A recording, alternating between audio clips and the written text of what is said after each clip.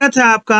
आज के JTET class में हम लोग देखने वाले हैं बाल विकास एवं शिक्षण शास्त्र से उत्तराखंड शिक्षक पात्रता परीक्षा पेपर 1 2011 में पूछे गए प्रश्नों को।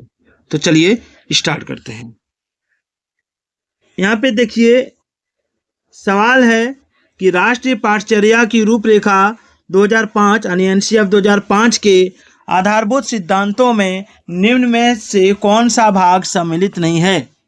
सवाल को एक बार और समझ लीजिए कि राष्ट्रीय पाठचर्या की रूपरेखा यानी NCF 2005 के आधारभूत सिद्धांतों में निम्न में से कौन सा भाग सम्मिलित नहीं है। ऑप्शन है अच्छी बाह्य परीक्षाओं का आयोजन करना, दूसरा है रटने को महत्व प्रदान न करना, तीसरा है पुस्तकों से इतर ज्ञान प्राप्त करना, चौथा है ज्ञान को वास्तविक जीवन से जोड़ना। तो देखिए इसका राइट आंसर होगा ऑप्शन ए, अच्छी बाह्य परीक्षाओं का आयोजन करना। चलिए अगला सवाल देखिए, निम्न में से कौन सा कथन सत्य है। लड़के अधिक बुद्धिमान होते हैं, लड़कियां अधिक बुद्धिमान होती हैं, बुद्धि का लिंग के साथ संबंध नहीं है, सामान्यतः लड़के लड़कियों से अधिक बुद्धिमान होते हैं। तो इसका राइट आंसर होगा ऑप्शन सी। बुद्धि शब्द का प्रयोग यहाँ पे किसी लड़का या लड़की के लिए केवल नहीं होना चाहिए, ठीक है, क्योंकि बुद्धि का लिंग के साथ कोई संबंध नहीं होता है। बुद्धि शब्द का प्रयोग प्राचीन काल से ही व्यक्ति की तत्परता, समायोजन, तत्कालता तथा समस्याओं की क्षमता के संदर्भ में होता आ रहा है। रायबर्न के अनुसार बुद्धि वह शक्ति है जो हमको समस्याओं का समाधान करने और उद्देश्य को प्राप्त करने की क्षमता देती है, अर्थात इसका लिंग के साथ संबंध नहीं है, ठीक है। अब डिसलेक्सिया का संबंध किससे है। तो देखिए डिसलेक्सिया का संबंध होता है पढ़ने की अक्षमता से, ठीक है। चलिए अगला सवाल देखिए। अगला सवाल है कि शिक्षा मनोविज्ञान की दृष्टि से निम्न में से कौन सा कथन सत्य है।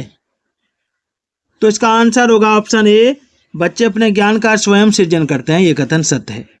जिन पियाजे के अनुसार बच्चे दुनिया के बारे में अपनी समझ का सृजन स्वयं ही करते हैं, अर्थात नव स्फूर्त विचारों के धरातल पर वे अपनी अभिव्यक्ति स्वयं करते हैं, ठीक है। परामर्श का उद्देश्य क्या है। देखिए परामर्श का उद्देश्य है बच्चे को समझना, बच्चे को कमियों का कारण पता लगाना, बच्चे की कमियों का कारण पता लगाना, बच्चे को समायोजन में सहायता प्रदान करना। ऑप्शन डी उपयुक्त सभी। तो इसका आंसर होगा ऑप्शन डी उपयुक्त सभी। चलिए अगला सवाल देखिए। अगला सवाल है आधुनिक शिक्षण अधिगम प्रक्रिया में शिक्षक की क्या भूमिका है। तो देखिए शिक्षक की भूमिका है सीखने हेतु एक अच्छे सुलभकर्ता की, ठीक है। चलिए अगला सवाल देखिए।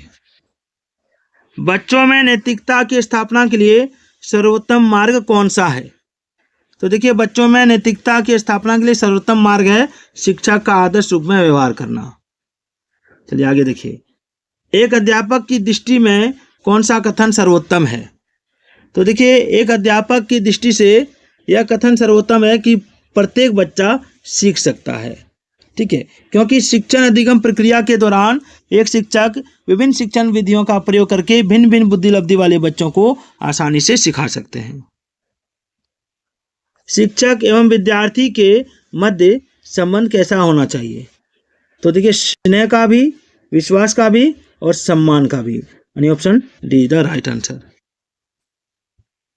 बच्चा किस प्रकार सीखता है। तो देखिए बच्चा जो सीखता है, ठीक है,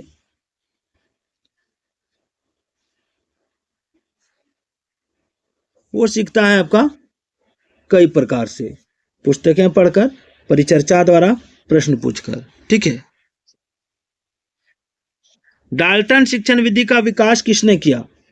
तो देखिए डाल्टन शिक्षण विधि का विकास किया था आपका option C, Miss Helen Parkhurst ने, ठीक है। इस विधि में छात्रों को कोई काम सौंप दिया जाता है और छात्र प्रयोगशाला के रूप में अपनी अपनी कक्षाओं का ही प्रयोग करते हैं और बालक स्वतंत्रता पूर्वक बगैर समय चक्र के अपने अपने कार्य को अपने अपनी क्षमता, योग्यता स्तर आदि के अनुसार दिए गए कार्यों को पूर्ण करते हैं।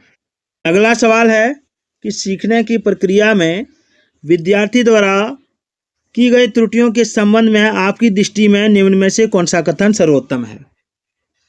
तो देखिए इसका राइट आंसर मैं बता दूं, ठीक है। पहले देखिए, विद्यार्थी को कभी भी त्रुटियां नहीं करनी चाहिए, ये कथन सत्य नहीं है, ये सर्वोत्तम नहीं है। त्रुटियां अधिगम प्रक्रिया का भाग है, ये कथन सर्वोत्तम है।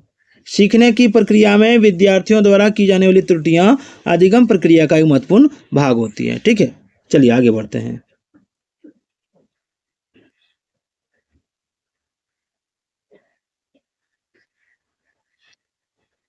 अगला सवाल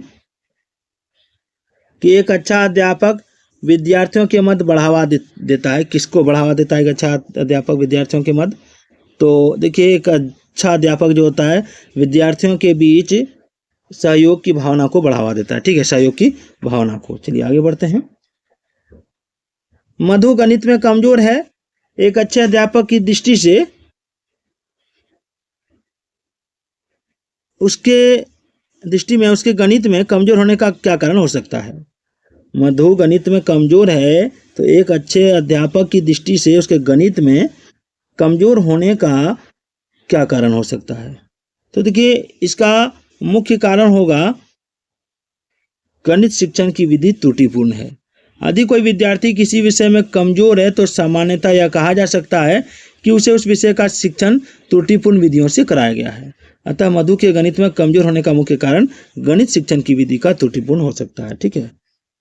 आगे बढ़ते हैं। निम्न में से, इसको थोड़ा छोटा करता हूं, हाँ, निम्न में से सर्वोत्तम कथन कौन सा है कि एक अच्छा अध्यापक कौन होगा? तो देखिए, एक अच्छा अध्यापक वह होता है जो सदैव सीखने के लिए प्रेरित करता है विद्यार्थियों को। तो ये ऑप्शन सी हो जाएगा, ठीक है।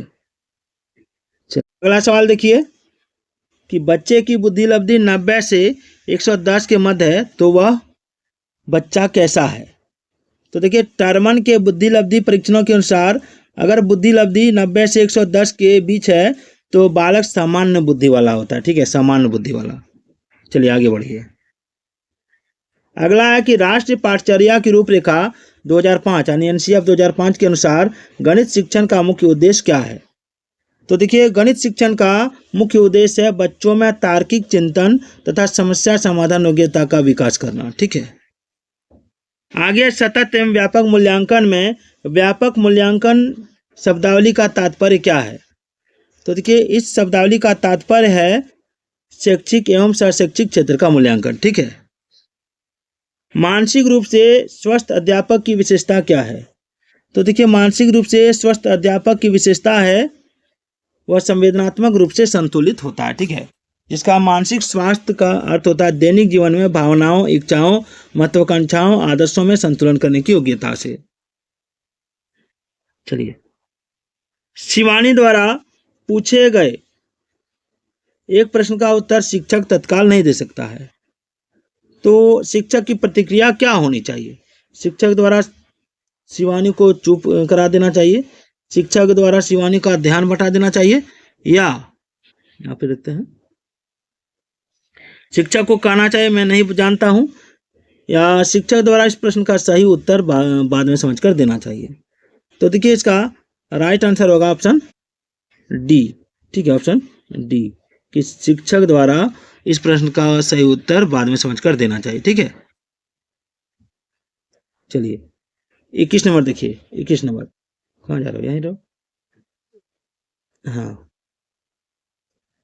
शिक्षा का अति महत्वपूर्ण उद्देश्य क्या है? तो शिक्षा का अति महत्वपूर्ण उद्देश्य है बच्चों का सर्वांगीण विकास, ठीक है। शिक्षा व्यक्ति की उन सभी योग्यताओं का विकास करती है जिनके द्वारा वो अपने वातावरण पर नियंत्रण करने की क्षमता प्राप्त करता है, ठीक है। चलिए, बच्चे की जिज्ञासा शांत करनी चाहिए कब और कैसे? तो देखिए, बच्चे की जिज्ञासा शांत करनी चाहिए जब शिक्षक फुर्सत में हो, नहीं, जब विद्यार्थी फुर्सत में हो, नहीं, कुछ समय के पश्चात, नहीं, तत्काल जब विद्यार्थी द्वारा जिज्ञासा की गई हो। यह इसका राइट आंसर होगा, ठीक है। चलिए, आप अनपढ़ माता पिता के बच्चे को अंग्रेजी सिखाना चाहते हैं, ठीक है, तो इसके लिए आप क्या करेंगे? तो देखिए, इसके लिए आप उसे मातृभाषा की सहायता से अंग्रेजी सिखाने का प्रयास करेंगे। ठीक है, चलिए आगे बढ़ते हैं। पुरस्कार एवं दंड है, इसमें पुरस्कार और दंड कौन सा है? तो देखिए पुरस्कार और दंड जो है कृत्रिम प्रेरक है। पुरस्कार एवं दंड कृत्रिम प्रेरक है क्योंकि ये प्रेरक स्वाभाविक प्रेरकों के रूप में कार्य करता है। ठीक है, शिक्षक को ज्ञान होना चाहिए किसका? अध्यापन विषय का या बाल मनोविज्ञान का? तो शिक्षक को किसका ज्ञान होना चाहिए? और दिया है, ऑप्शन भी है। तो देखिए शिक्षक को ज्ञान होना चाहिए अध्यापन विषय एवं बाल मनोविज्ञान का। ठीक है, अगला है बाल मनोविज्ञान के आधार पर कौन सा कथन सर्वोत्तम है? तो देखिए इसके आधार पर कथन जो सर्वोत्तम है वो है प्रत्येक बच्चा विशिष्ट होता है। ठीक है, एक बच्चा कक्षा में प्रायः पूछता है, ठीक है, तो उचित रूप में इसका अर्थ क्या है? तो देखिए इसका अर्थ क्या है? तो इसका अर्थ है कि जब कोई बच्चा कक्षा में प्रायः प्रश्न पूछता है तो वह उस समय अधिक जिज्ञासु होता है। ऐसी स्थिति में कि शिक्षक को तुरंत उसकी जिज्ञासा शांत कर देनी चाहिए, यानी ऑप्शन बी हो जाएगा, वह अधिक जिज्ञासु है। बच्चों का मूल्यांकन कैसे होना चाहिए?